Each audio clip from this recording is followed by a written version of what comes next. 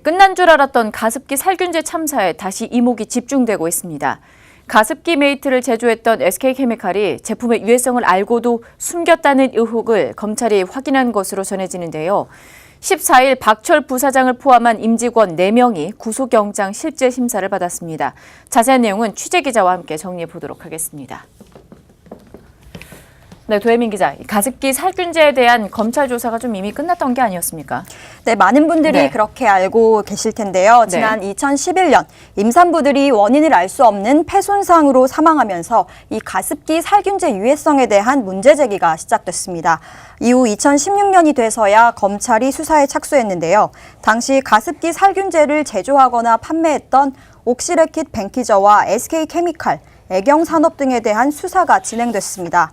살균제 원료의 유해성이 인정됐던 옥시 등은 재판에 넘겨져서 현재는 검찰 수사와 처벌이 대부분 마무리된 상황입니다. 반면에 SK케미칼이 제조했던 가습기 메이트의 유해 성분이 입증되지 않아서 옥시 제품 다음으로 많은 피해자를 낸 제품임에도 불구하고 SK케미칼은 처벌을 피했습니다.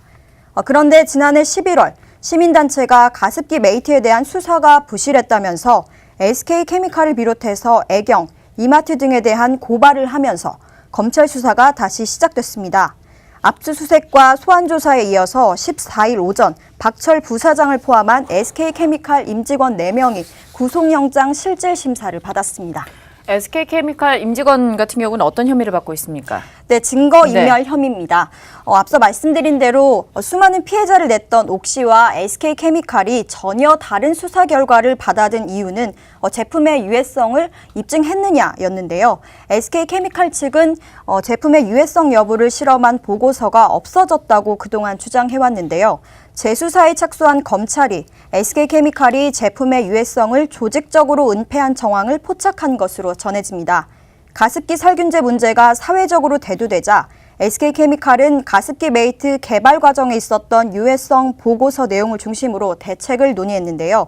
이 과정에서 SK케미칼이 유해성 관련 자료들을 조직적으로 은폐했다고 검찰은 보고 있습니다. 네, 김철 SK케미칼 대표에 대한 논란도 좀 나오고 있습니다. 어떤 내용입니까?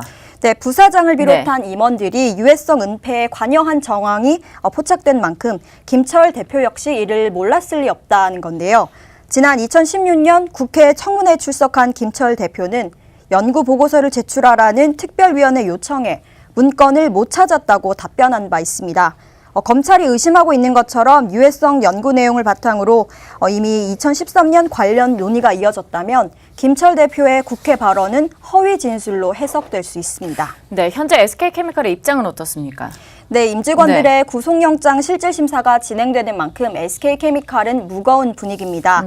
말을 굉장히 아끼는 모습이었는데요. SK케미칼 관계자는 검찰 조사가 진행 중인 사안이라 구체적인 말을 하기 어려운 상황으로 구속영장 실질심사 결과를 지켜봐야 하겠다고 전했습니다.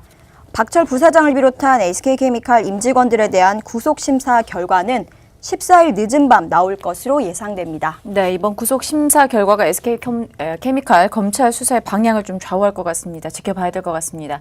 지금까지 도혜민 기자와 함께했습니다.